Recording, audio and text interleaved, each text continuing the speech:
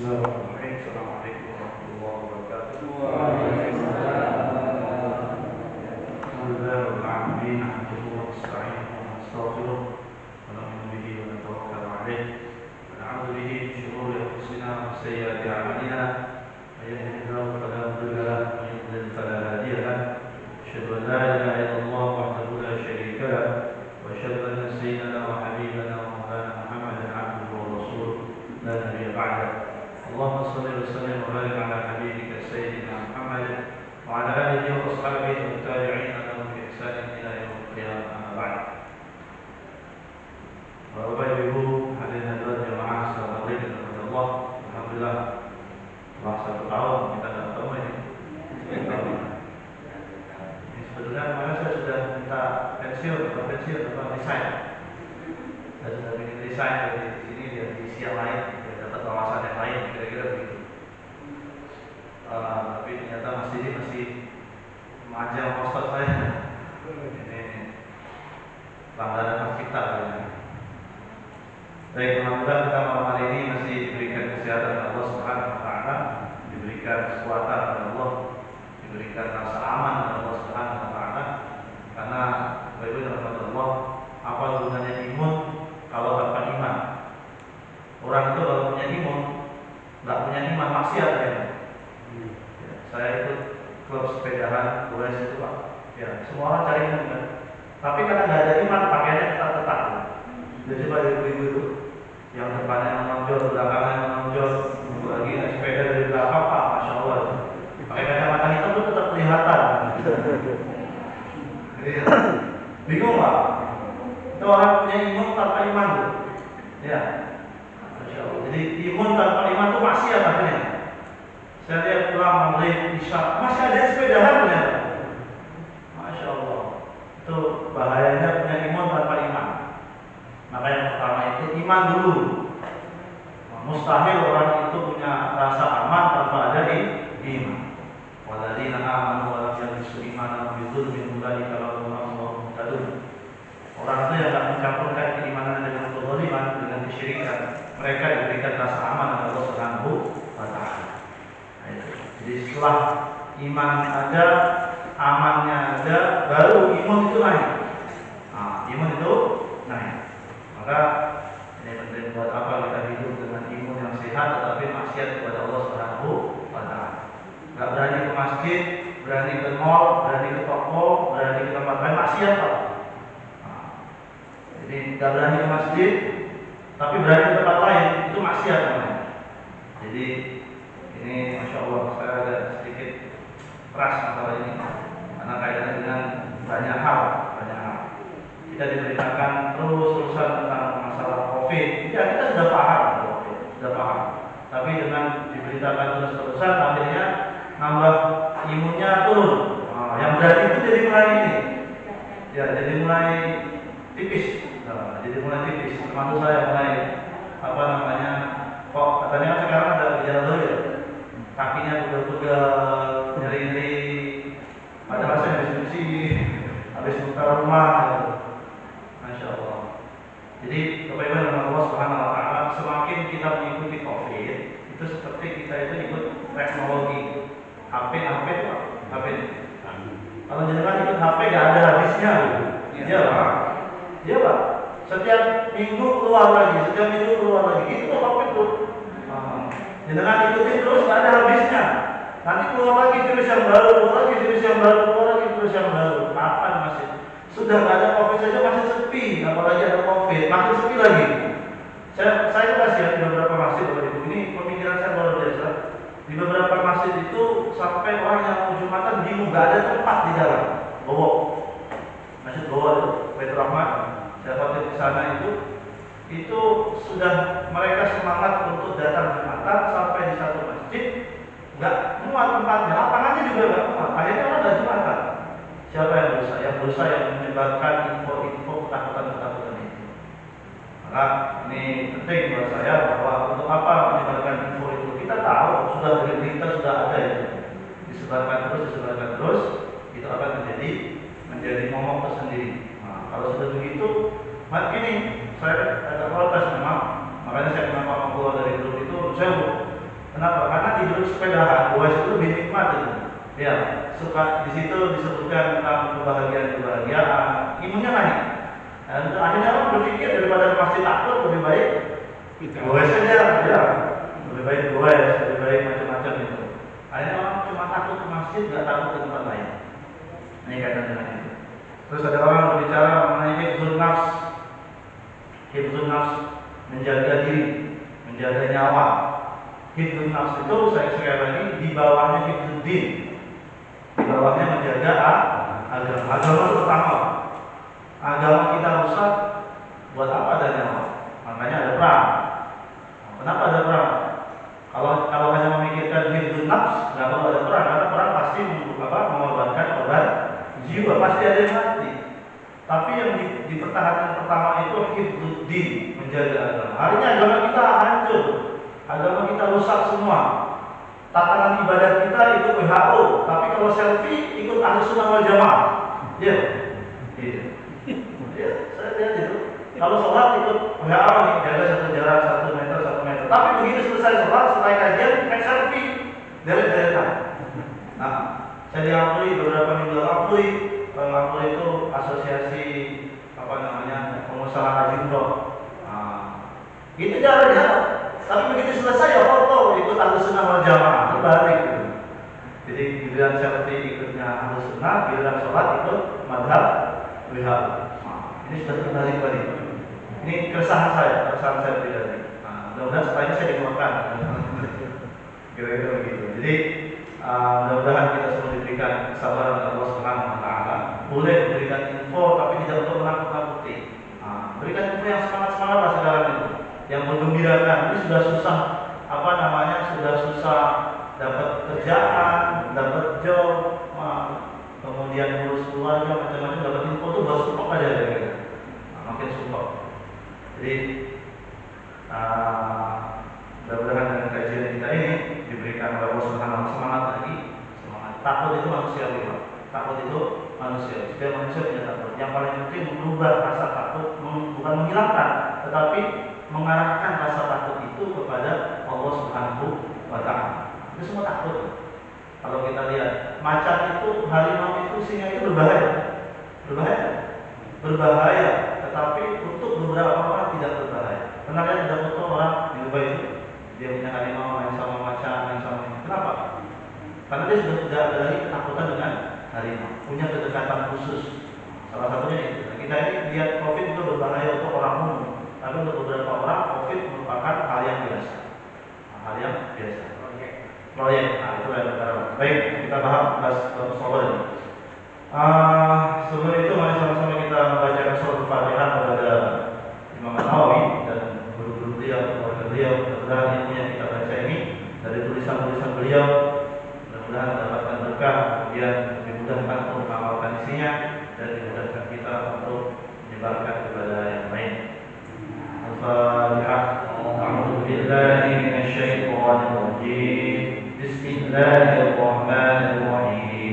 Alhamdulillahi rabbil alamin. Ar-Rahmanir Rahim. Maliki yaumiddin. Iyyaka na'budu wa iyyaka nasta'in. Ihdinas siratal mustaqim. Siratal ladzina an'amta 'alaihim ghairil maghdubi 'alaihim waladdallin.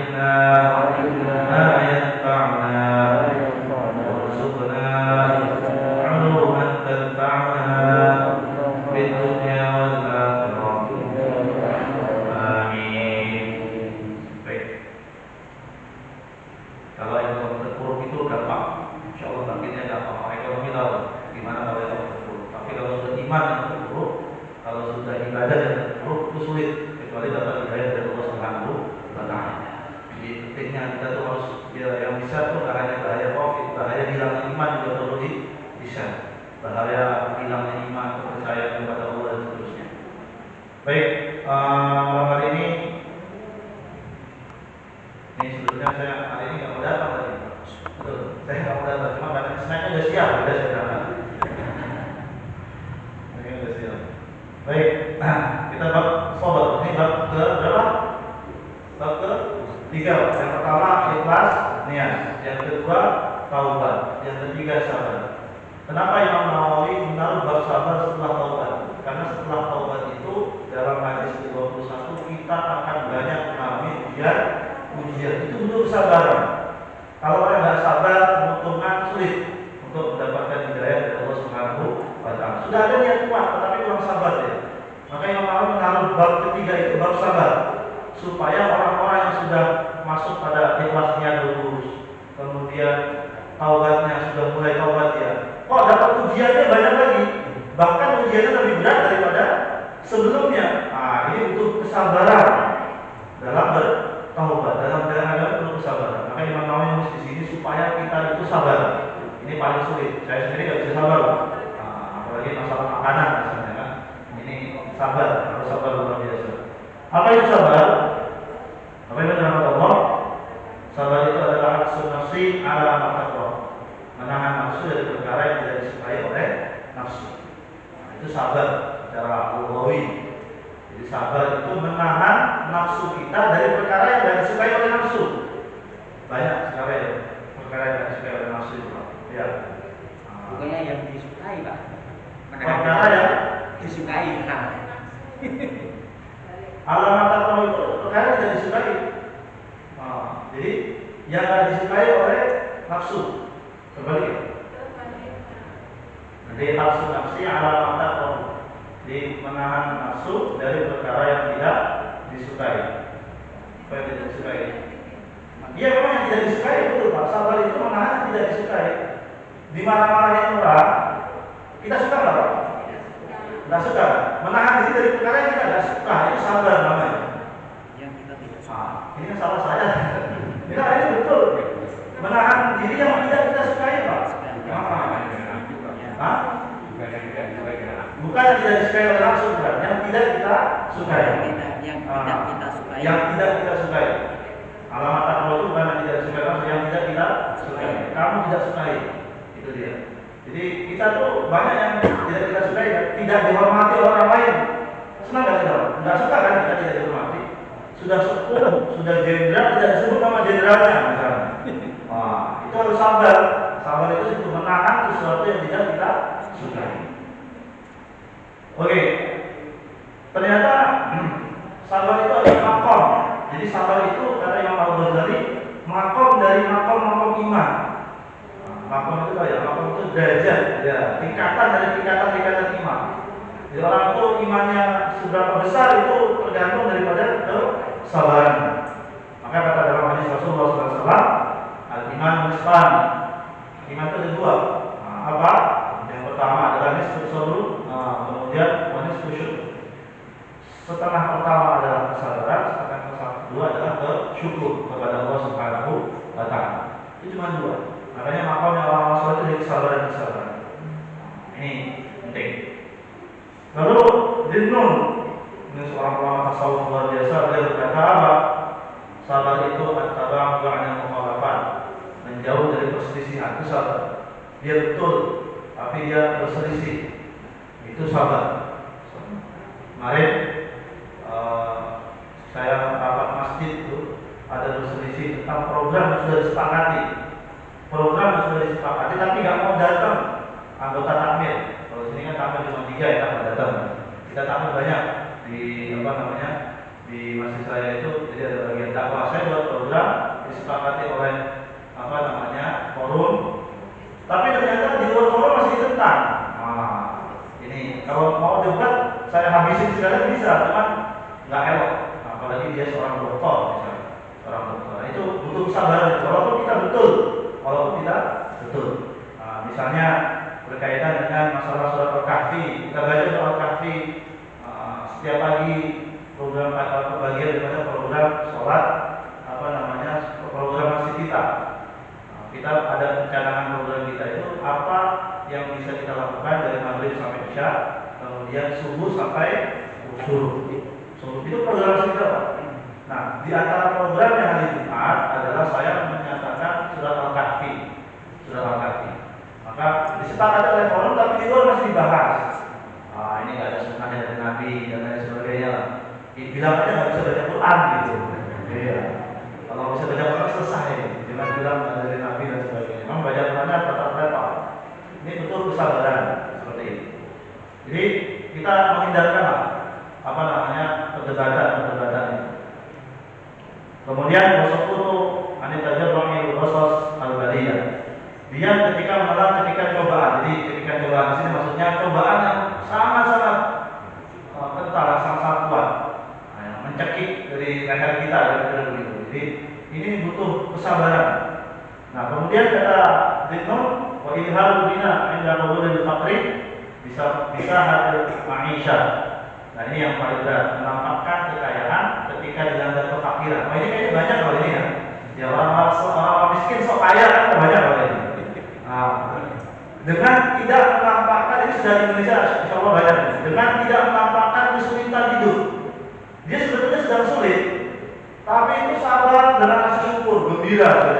Bahasa ini sudah diberikan banyak oleh Allah. Ya kayak kita sekarang lah gitu, kira-kira gaji cuma 3 juta, pengeluaran 5 juta, santai, gitu kan.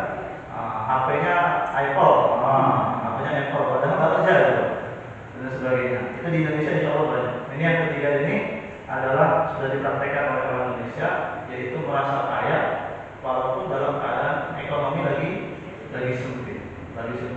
Dan itu nggak kelihatan orang kaya, kecuali disurvei. Disurvei baru ketahuan ini orang miskin, kira-kira begitu. Ya, atau ketika mendapat bantuan baru tahu.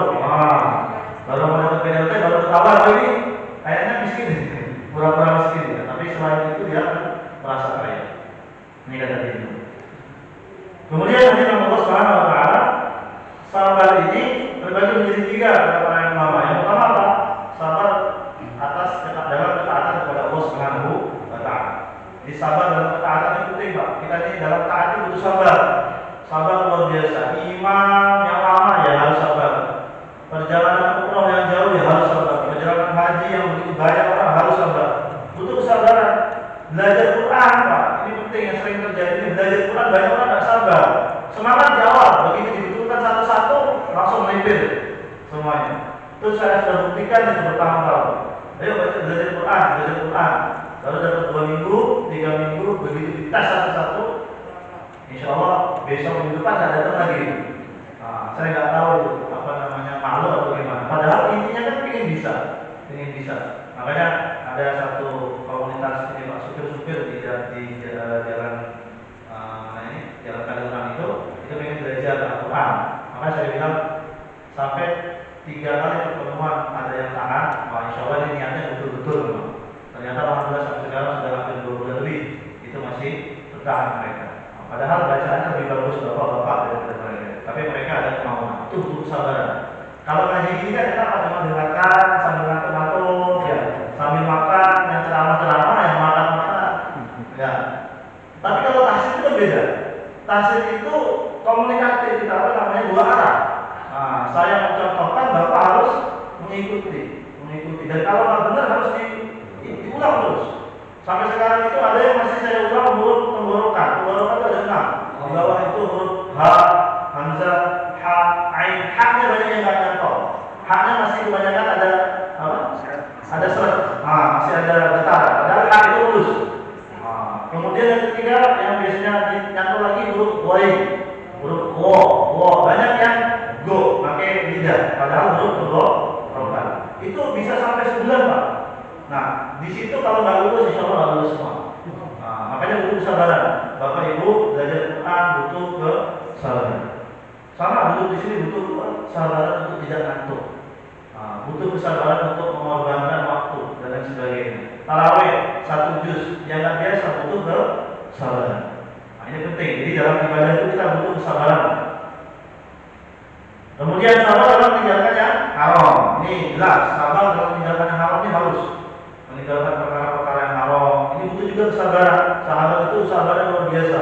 Ketika disuruh meninggalkan perbuatan zina, ketika disuruh meninggalkan perbuatan meminum khamr, maka bertahap itu. Minum khamr itu bertahap. Zina pun begitu, bertahan mereka dikasih kawin kontrak. Nah, setelah kawin kontrak, kawin mukah namanya. Setelah itu baru dihilangkan, setelah perang Khaibar baru dihilangkan nikah kontrak. Karena dulu biasa mereka begitu, di tempat mana mereka berdagang ya punya apa namanya, meskipun ada punya itu apa namanya, ya itulah kira-kira. Nah itu datang Islam kalau boleh kontrak, kawin kontrak untuk pertama menghilangkan zina. Nah, kemudian barulah dihapus zina secara total, karena kawin kontrak secara total. Khamar juga begitu. Jadi perkara-perkara yang haram itu butuh kesabaran untuk meninggalkannya, dan untuk istiqomah dalam meninggalkan itu perlu kesabaran. Nah, jadi Bapak Ibu yang mungkin mau meninggalkan riba itu memang nanti godaannya banyak sekali. Godaannya banyak sekali. Karena meminjam itu, kebiasaan meminjam itu enak, nikmat. Yang sulit itu mengembalikan pinjaman. Ya, kalau meminjam kan makanya min ghalabati daini wa qahril rijal.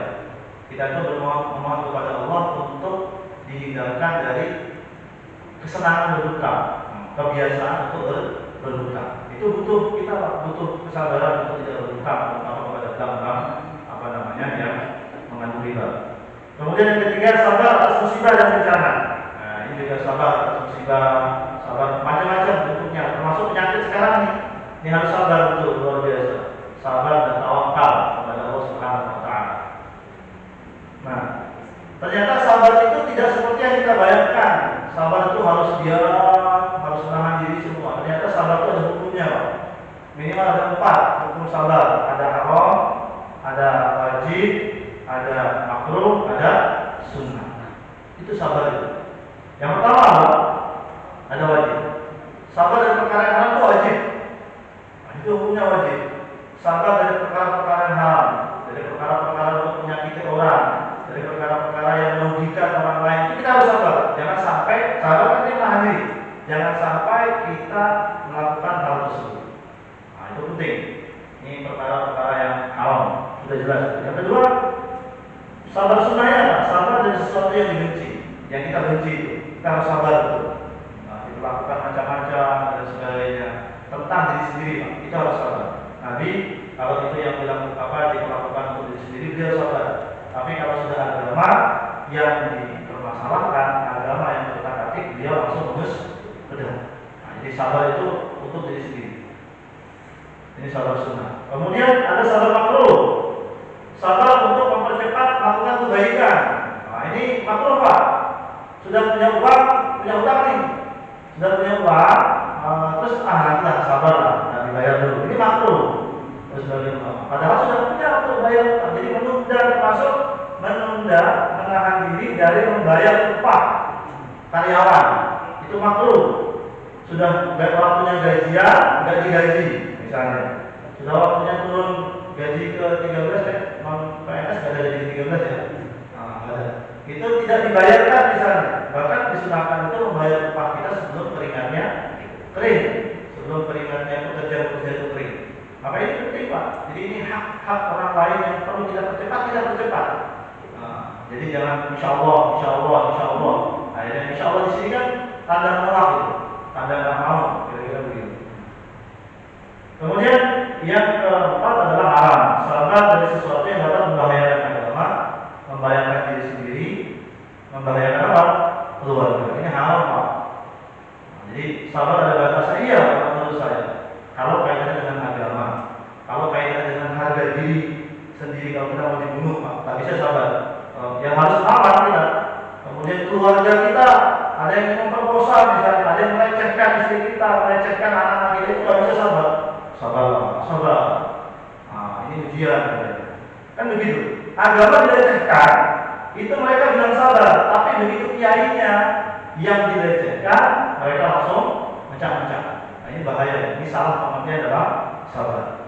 Makanya yang terakhir ini haram seorang itu sabar, menahan diri kalau sudah agamanya dihina. Dia harus bela agamanya.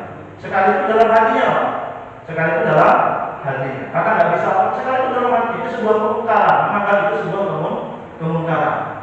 Nah, jadi kita nggak terima, walaupun dalam hati nggak terima. Saya nggak terima dengan perbuatan seperti itu, nggak terima. Walaupun kita tidak bisa melawan institusi, misalnya, tidak bisa melawan tidak itu.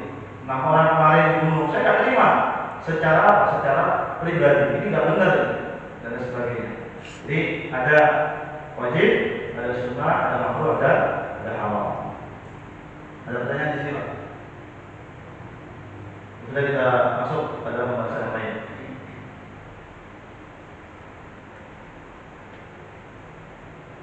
Baik, baru Imam Nawawi mengutip beberapa ayat Al-Quran. Beberapa ayat Al-Quran mengenai tentang kesabaran. Allah Ta'ala, Allah Subhanahu wa Ta'ala berfirman, Ya ayyuhalladzina amanu isbiru wa sabiru wa rabitu wattaqullah. Jadi wahai orang-orang beriman, aminu beriman kalian kepada Allah. Ya ayyuhalladzina amanu wa orang beriman, isbiru bersabarlah. Wa sabiru dan berikanlah orang lain untuk supaya bersabar. Wa rabitu dan bersatulah kalian. Kemudian waqala ta'ala, Allah Subhanahu wa Ta'ala berfirman, wa lanabluwannakum bi syai'in minal khauf. Dan kami akan berikan ujian kepada kalian sedikit daripada rasa takut. Hari ini takut yang kita hadapi terhadap Covid itu sedikit Pak. Sedikit dibanding takut kita nanti kepada kematian. Dibanding takut kita nanti ketika bertemu dengan Allah dalam keadaan mendapatkan buku catatan kita dari tangan kiri atau dilempar dari belakang. Jadi sedikit ketakutan tentang hari kiamat dan sebagainya. Jadi sedikit saja kita sudah luar biasa takutnya, apalagi yang besar nanti. Makanya kalau dua dalam bisyai dengan sesuatu minal khauf, dari ketakutan, wajib, kelaparan, kita akan diuji dengan kelaparan. Jadi orang-orang yang merasa beriman, orang-orang yang merasa dia dekat dengan Allah, orang-orang yang mengaku dirinya beriman, maka fasta'id billah. Sayyidina Ali bilang, saya beriman kepada Allah. Maka kata Sayyidina Ali, fasta'id billah. Kalau begitu kamu siap-siap untuk mendapatkan ujian. Lapar akan mendapatkan. Orang Islam berjenis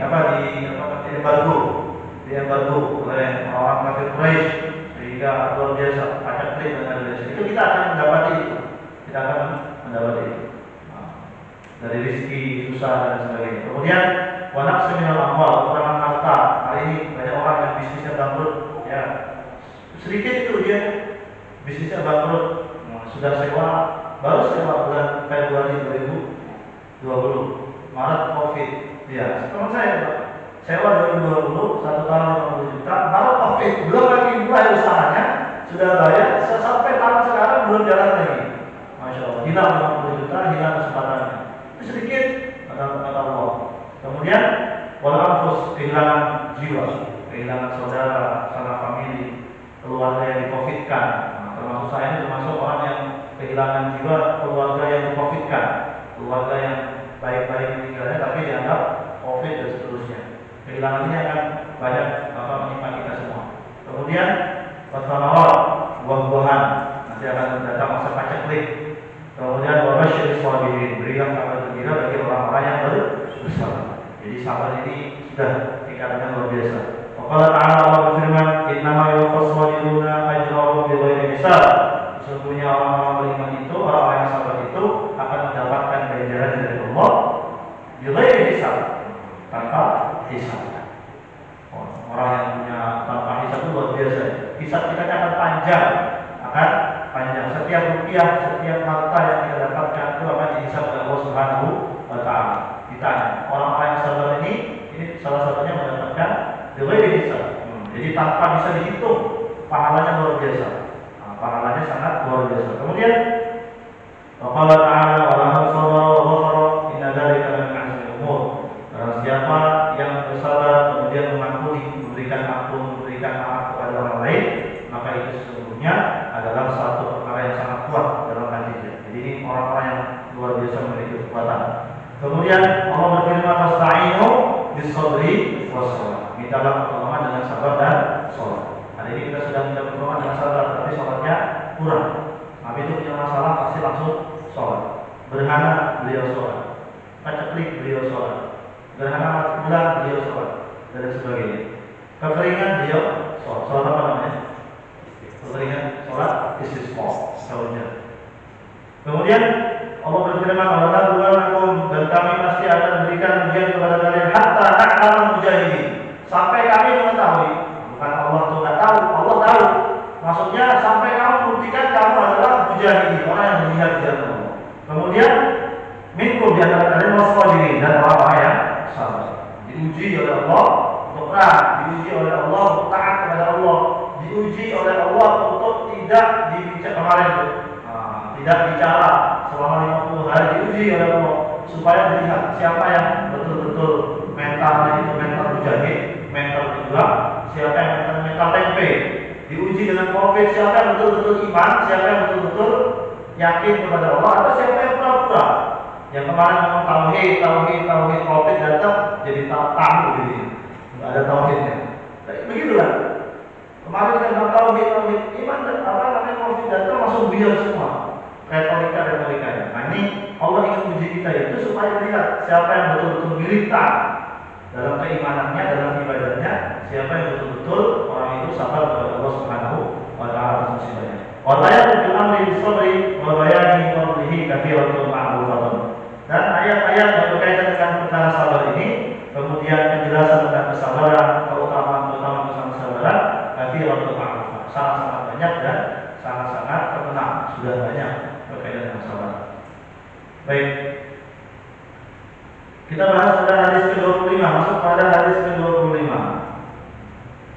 Dari An Abi Malik Al-Harits bin Asim Al-Asy'ari qala, dari Abi Malik namanya Al-Harits bin Asim Al-Asy'ari qala, dia berkata, qala Rasulullah sallallahu alaihi wasallam.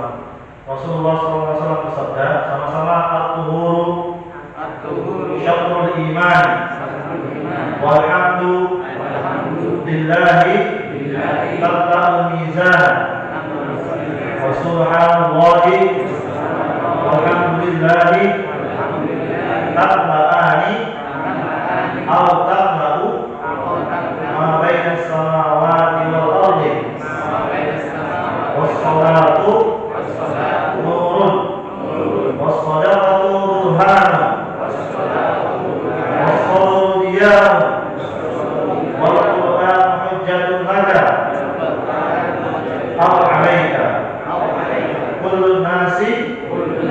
yaqdu wa ba'i'un nafsahu fa aw mubiquha. Masih ingat ini hadis berapa dalam kitab Arba'in? 20 berapa? 24 atau 23? Hilaf ini. Seingat saya 23. 23 hadis ke-23 dalam hadis Arba'in. Kita tidak bahas yang banyak, tapi kita bahas tentang sabar yang tadi. Yang diambil adalah yang sabar. Jadi dari Rasulullah SAW dia bersabda, al-tuhuru syatrul iman.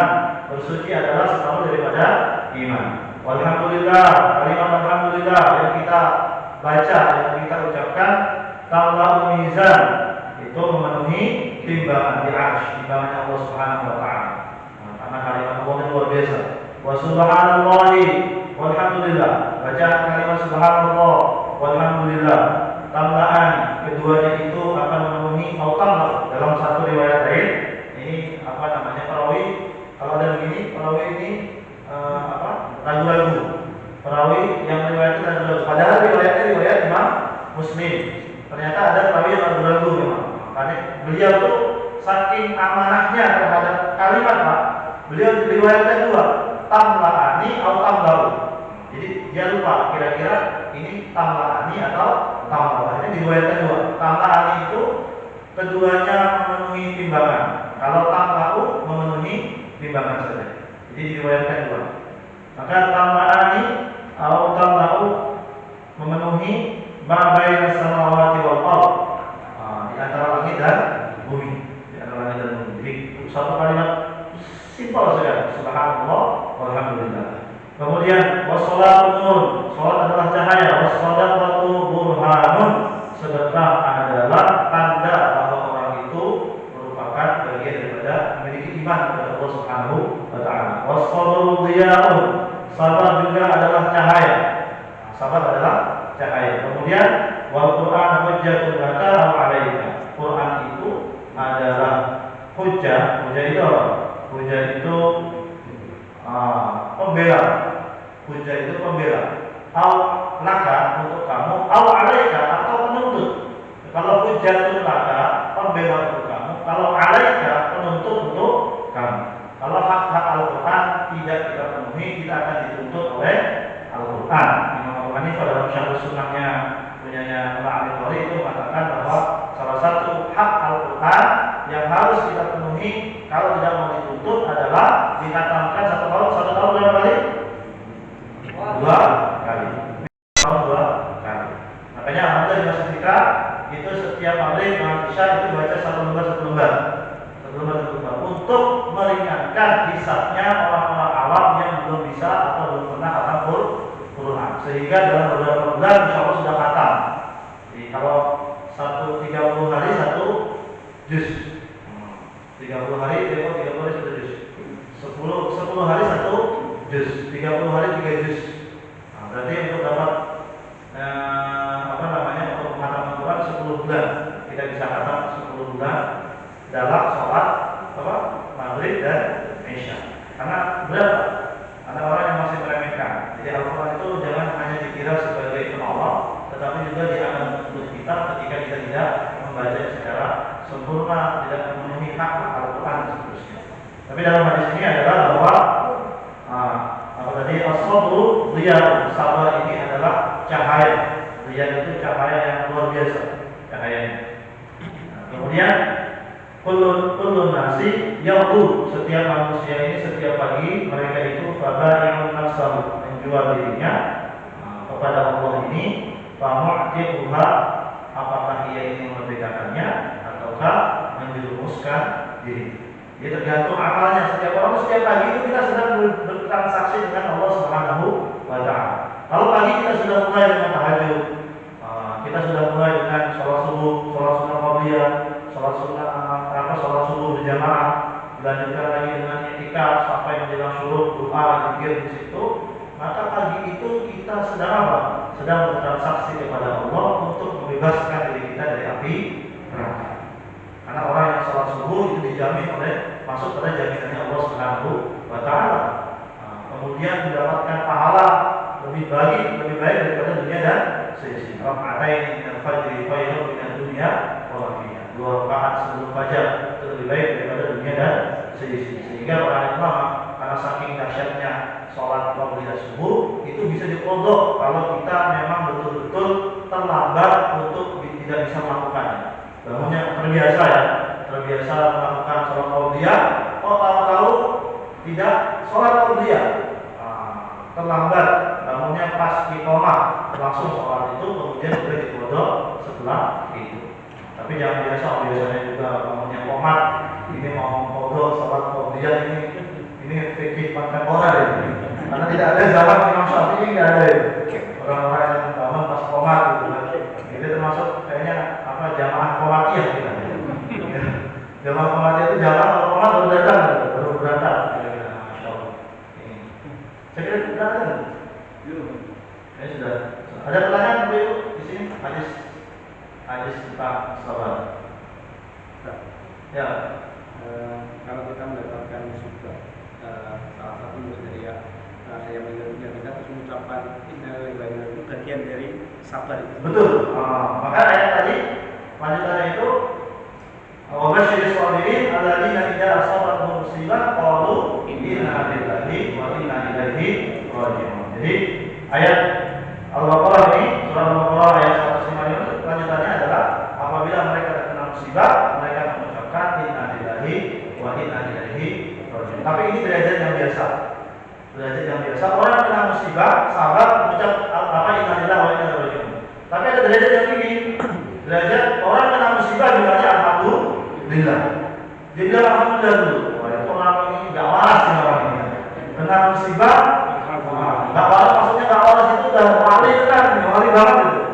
Itu kena musibah bukannya istighfar, malah alhamdulillah, merasakan syukur. Maka dalam satu hadis dikatakan ada seseorang yang dicabut anaknya nyawanya oleh Allah Subhanahu wa taala. Maka ditanya oleh malaikat, wahai malaikat, kamu mencabut nyawa? Dalam riwayatnya Al-Qadar itu, wahai malaikat, apa yang kamu lakukan sama fulan bin fulan? Ya Allah, saya ambil nyawa anak kesayangan. Jadi saya ambil buah hatinya, famrotul adi, saya ambil buah hatinya. Kemudian apa yang kamu dapatkan rasakan dia ketika kamu ambil? Dia mengucapkan alhamdulillah. Kemudian apa lagi? Dia mengucapkan inna lillahi wa inna ilaihi raji'un. Maka kata Allah Subhanahu wa taala dalam hadis itu bahwa kasih tahu dia, saya akan membuatkan dia rumah di tengah-tengah surga Allah Subhanahu wa taala, di tengah-tengah surga. Ini derajat yang lebih tinggi lagi, Pak. Derajat orang awam, derajat orang biasa, dapat musibah, inna lillahi. Kalau dapat orang yang lebih tinggi lagi, dapat musibah, alhamdulillah. Jangan salah pakai, Pak. Orang lain kena musibah dikendal, alhamdulillah. Ini bahaya. Orang lain kena musibah, alhamdulillah. Ini adalah perjuangan, Pak. Ini khusus untuk diri kita pribadi, untuk diri kita. Jadi ada kalimat innalillah untuk orang lain, ada untuk diri kita pribadi. Saya kira itu, mudah-mudahan Bapak mungkin kurang banyak saya bahas. Sebetulnya ini belum siap saya membahas tentang sabar. Ada banyak sekali pembahasan Imam Ghazali. Nanti di akhir bab sabar kita akan bahas tentang macam-macam sabar menurut Imam Ghazali. Karena kita butuh orang-orang yang punya tingkatan dalam kesabaran. Kalau saya ini tidak punya sabar, kurang sabar. Ini butuh urutnya kita ambil dari Imam Ghazali kemudian imam-imam lain supaya dapat tentang kesabaran. Mudah-mudahan Allah Subhanahu wa taala berikan kita kesabaran dalam musibah ini dan mudah-mudahan kita sabar juga dengan berita-berita yang ada. Berita-berita yang saya tadi mengatakan itu supaya ini tidak tidak dianggap benar, tidak dianggap benar. Karena sedikit sekali orang yang menyebarkan tentang bahayanya kehilangan iman, yang cuma disebarkan bahaya kehilangan imun, bahaya kehilangan iman. Saya sering kalau cuma nggak bisa sekarang kan katanya salah satunya contohnya nggak bisa membau gitu. Saya sering kalau lagi flu itu Pak, hampir nggak bisa membau aja. Saya bingung bau ini bau apa, bau kentut sama bau itu nggak bisa dibedakan. Apalagi kalau sudah akhir bulan itu rasa pahit semua di sini. Di dasar pahit semua. Jadi nggak terasa. Soalnya setiap hari tempel kita lagi. Dan sebagainya. Jadi itu biasa memang besar-besar. Ini supaya imunnya naik bergembira. Jangan sampai pulang dari sini saya dilaporkan satgas masuk karantina saja. Demikian, kalau mohon maaf, kita tutup dengan doa kafaratul majlis.